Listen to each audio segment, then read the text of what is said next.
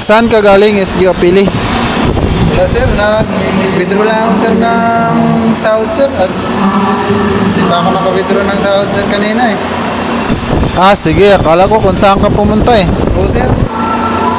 Sir, maaari sana ako sir ng diop at makakita kami ni 133 bukas sir eh. Ay, hindi ka na pwede mag-diop. Ay, puno ano sir?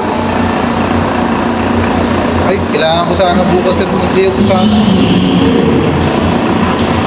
Sir, bigyan na lang kita sir ng 400 sir at kailangan talaga ng sir eh.